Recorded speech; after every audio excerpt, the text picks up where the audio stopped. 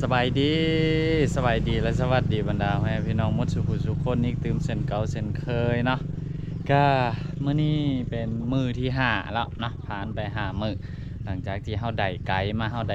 าวันที่21เนาะ22 23 24 25 26พอดี5 มื้อนี้เนาะที่เฮาได้ไกด์มาก็เดี๋ยวสิพาบรรดาแม่พี่น้องไปเบิ่งไกด์ของเฮาเนาะหลังจากที่ผ่านไปได้5 มื้อตอนนี้นี่เป็นแนวใดละไขเราบ่หรือว่าอาการของไก่เนี่ยมันฟื้นตัวระบบแข็งแรงคือปกติระบบแล้วก็อาหารที่เฮาให้มันตอนนี้นี่คือให้เป็นอาหารตัวใดเนาะกะสิพาไปเบิ้งพร้อมๆกันนะพี่น้องนะนี่ขอกไก่ของเฮานะกะช่วงเวลาที่เฮาบ่อยู่นี่กะใส่กระแจปะนะพี่น้องนะแลนมาทึดๆแล้วกุ๊กกุ๊กกุ๊กกุ๊กกุ๊กกุ๊กบัวเขาเจ้าเอิ้นแนวใดเนาะไก่พันธุ์นี่พี่น้องเอ้ยอ่า นี่นะก็ตอนนี้นะพี่น้องเนาะฟื้นละเนาะไก่ของเฮาคือแข็งแห้งเบิดคุโตละแต่ว่าเฮาก็ยังบ่ทันได้แปลงบ่หลับบ่นอนของไก่เถื่อนะมีแต่เฮ็ดแบบง่ายๆก่อนพี่น้องเอ้ยบ่ทันช่วงนี้นะนี่บ่หลับบ่นอนของไก่ก็มีแต่ไม้2 เล่มเห็นนะมีได้ไม้2 เล่มนั่นเนี่ยว่าสิสารเป็นแตะมาใส่ให้เขาเจ้าขึ้นมานอนแต่ว่ายังบ่ทันได้สารเดี๋ยวพี่น้องก็เอาไม้ไผ่ไม้บงเนาะมาแปลงเป็นฮาวแบบนี้2 อันแต่ก็เวลาตอนค่ำเนาะตกไก่ของเฮาก็ขึ้นมานอนอยู่นี่แหละเนาะจับงอยเถอะนี่นอนนะนี่ตอนนี้นะไก่ของเฮา24 โตก็คืออยู่ครบพี่น้องแล้วก็เพิ่มเติมก็คือแข็งแห้งเปิดคุโตแล้วตอนนี้นะนี่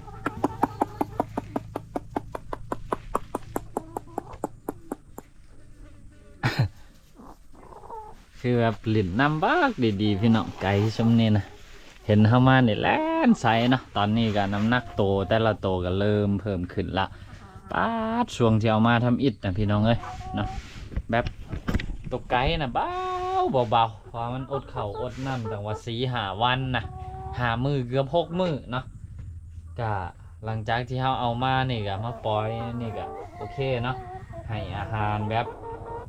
บ่ให้ขาดเลยพี่น้องเนาะคือแบบช่วงนี้ก็คือเน้นไปที่อาหารสำเร็จรูปเนาะเพื่อที่ว่าให้ไก่เขาเนี่ยมันฟื้นโตให้มันเต็มที่เต็มร้อยของมันซะก่อนเพราะว่าโอ้โทคันซีมาให้อาหารแบบลดต้นทุนประหยัดต้นทุนนี่ในช่วงนี้นี่บ่าวดำคิดว่ามันน่าสิบ่เป็นผลดีกับไก่นะ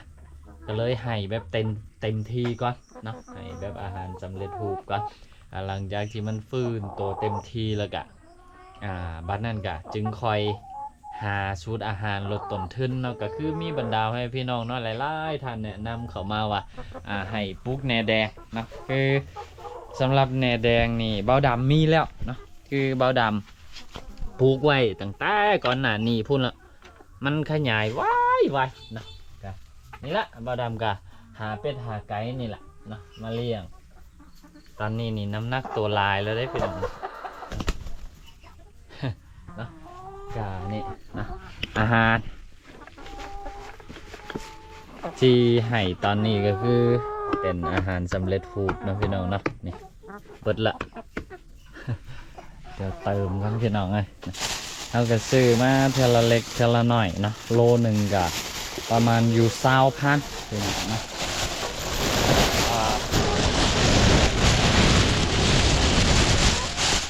ตักก็ตักบ่ได้นี่เนาะเป็นอาหารสำเร็จรูปพี่น้องจะแล้วก็นี่แหละที่ให้ในกล่องนี่มือหนึ่งกะบางทีกะมาเติมเสาแรงนะนำกะไซในนี่นะเบิดกะเติมนะไก่นี่ค่อนข้างที่กินนำดุได้พี่น้องเลย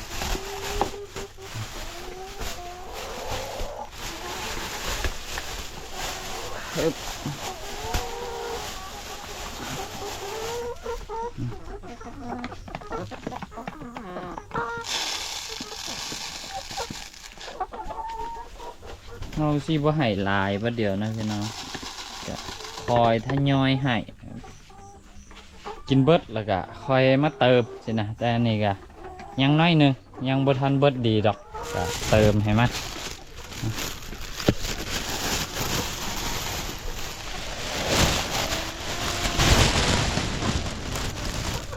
ช่วงนี้ก็วู้โธได้ออกทุนออกคอนกับการเลี้ยงมันนี่ สมควรอยู่พี่น้องเอ้ยขออยากให้มันฟื้นนะเพราะอันไม่ยังดอกอยากให้ไก่มันฟื้นเวลาเอาไก่มาแล้วเอากับอยากเลี้ยงมันให้แบบดีสุดเท่าที่ว่าเฮาสิเลี้ยงได้นะ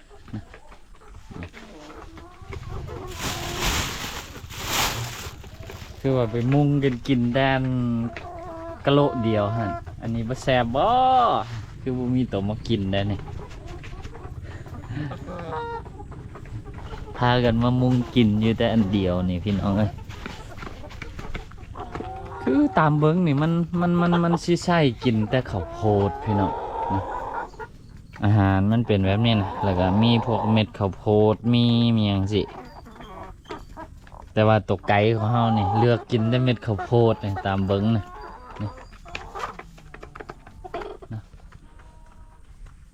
แต่นี้ละเนาะไก่ของเฮาผ่านไปได้5 มื้อหลังจากเดินทางแล้วก็เริ่มฟื้นแล้วแต่ก็ยังบ่ทันเต็มร้อยเนาะตอนนี้คือยังบ่ทันให้ไข่ยังบ่ทันให้เมียงเชื่อ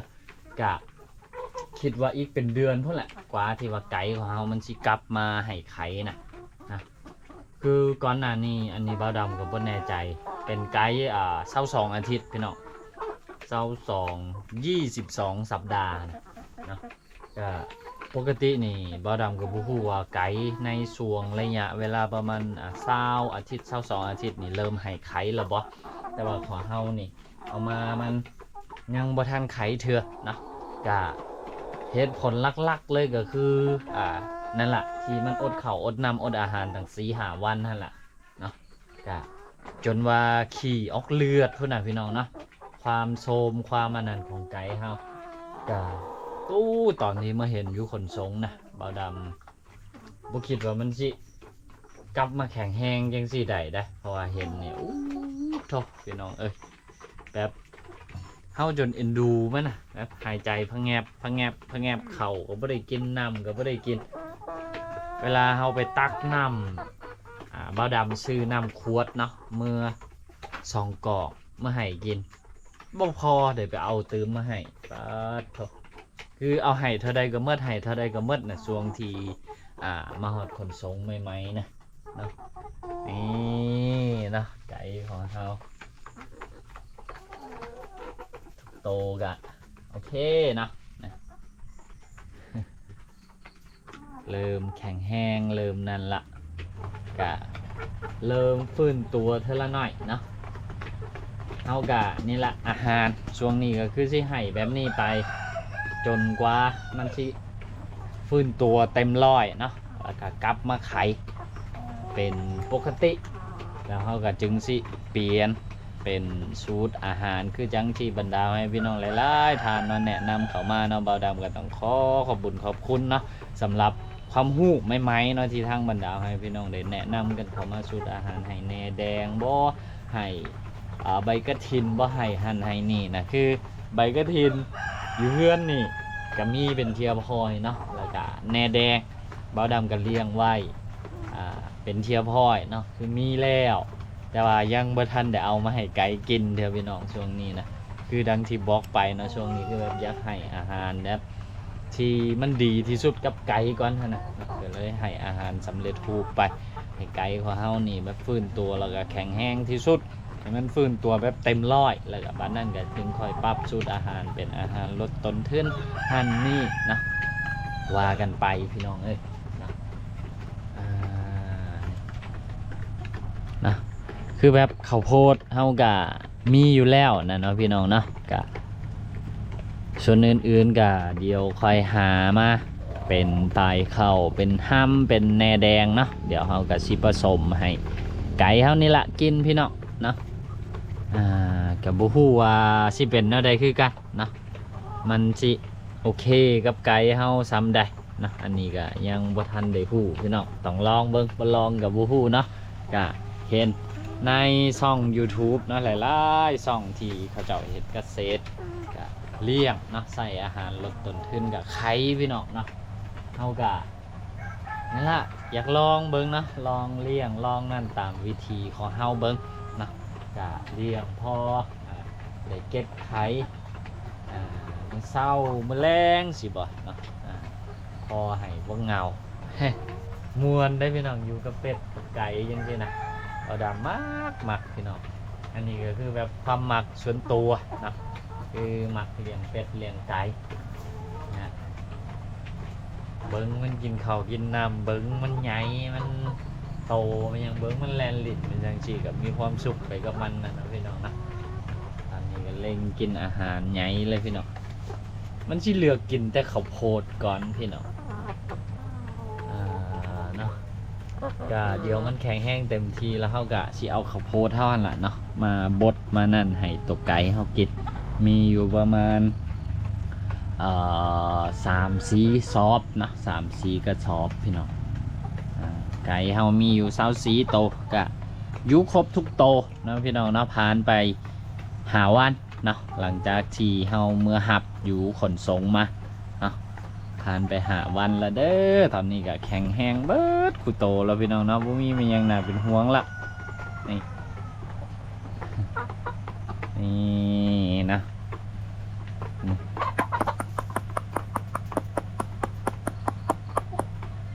หน้าก็เริ่มแดงเริ่มมีสีมีสันขึ้นมาละนะพี่น้องนะ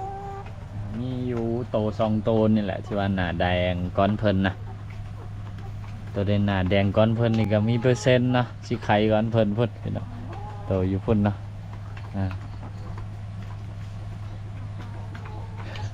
ไม่พี่น้อง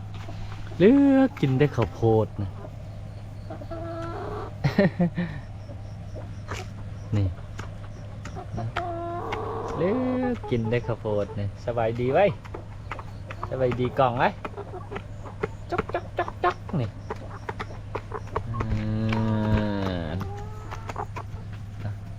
ยังบ่ทันไข่เด้อพี่น้องเด้อไก่เฮานะ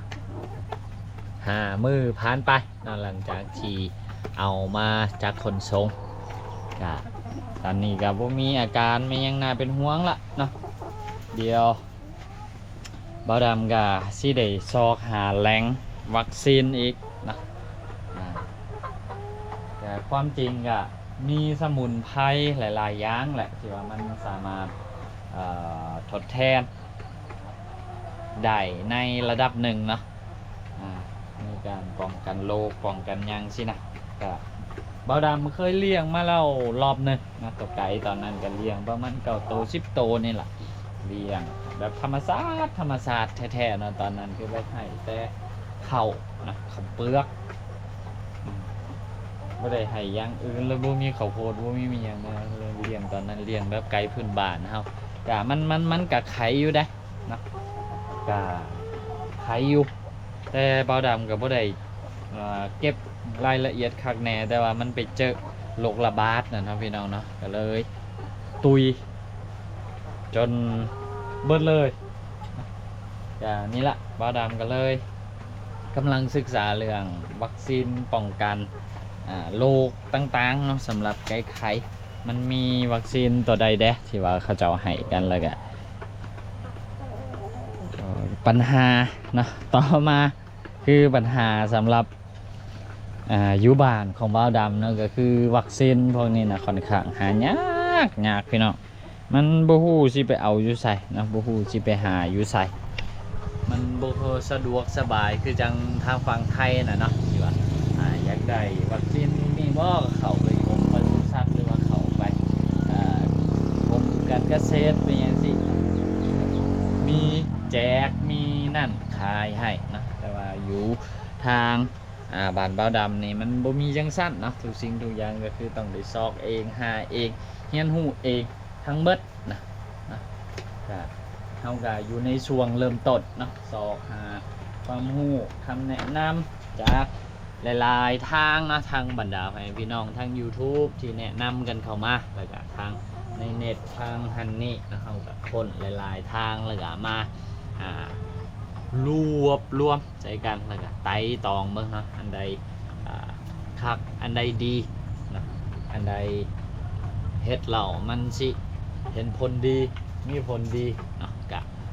เอากะเลือกตัวนั้นมาใส่กับของเฮานะยังบ่ทันค